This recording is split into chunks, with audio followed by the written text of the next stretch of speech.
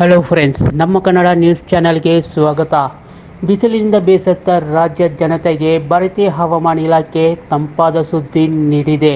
ಕೇರಳದ ಕರಾವಳಿ ಮತ್ತು ಈಶಾನ್ಯದ ಕೆಲವು ಭಾಗಗಳಲ್ಲಿ ನೈಋತ್ಯ ಮಾನ್ಸೂನ್ ಅಪ್ಪಳಿಸಲಿದ್ದು, ಕೆಲವೇ ಗಂಟೆಗಳಲ್ಲಿ ಮುಂಗಾರು ಆಗಮಿಸಲಿದೆ ಎಂದು ಹವಾಮಾನ ಇಲಾಖೆ ಮಾಹಿತಿ ನೀಡಿದೆ. ರಾಜ್ಯದ ಅನೇಕ ಕಡೆ ಇಂದಿನಿಂದ ಒಂದು ವಾರ ಗುಡುಗು ಸಹಿತ ಸಾಧಾರಣ ಮಳೆಯಾಗುವ ಸಾಧ್ಯತೆ ಇದೆ ಎಂದು ಹವಾಮಾನ ಇಲಾಖೆ ತಿಳಿಸಿದೆ.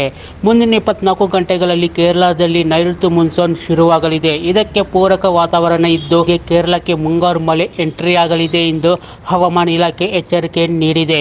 ಇನ್ನು ಕರ್ನಾಟಕದಲ್ಲಿ ಜೂನ್ 5ರಿಂದ ಮುಂಗಾರು ಮಳೆ ಆರಂಭವಾಗಲಿದೆ. ದಕ್ಷಿಣ ಕನ್ನಡ ನಾಳೆ ಅಲ್ಲಲ್ಲಿ ಗುಡುಗು ಸಹಿತ ಮಳೆ ಮುನ್ಸೂಚನೆ ಇದೆ. ಮಂಗಳೂರಿನಲ್ಲಿ ಸ್ವಲ್ಪ ಜಾಸ್ತಿಯೇ ಮಳೆ ಇರಬಹುದು.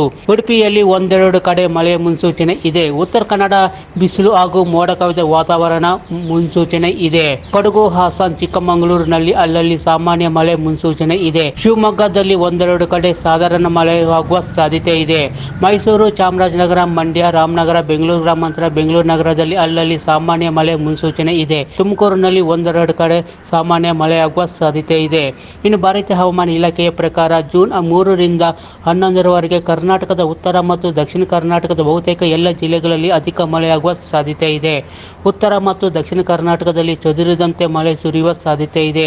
ಕೆಲವೆಡೆ ಗುಡುಗು ಮಿಂಚು ಸಹಿತ ಧಾರಾಕಾರ ಮಳೆಯಾಗುವ ಸಾಧ್ಯತೆ ಇದೆ. ಉತ್ತರ ಒಳನಾಡಿನ ಬೆಳಗಾವಿ, ಗದಗ, ಧಾರವಾಡ, ಯಾದಗಿರಿ, ಹಾವೇರಿ ಜಿಲ್ಲೆಗಳಲ್ಲಿ ಈಗಾಗಲೇ ಹಲವಾರು ಭಾಗಗಳಲ್ಲಿ ಮಳೆಯಾಗಿದೆ.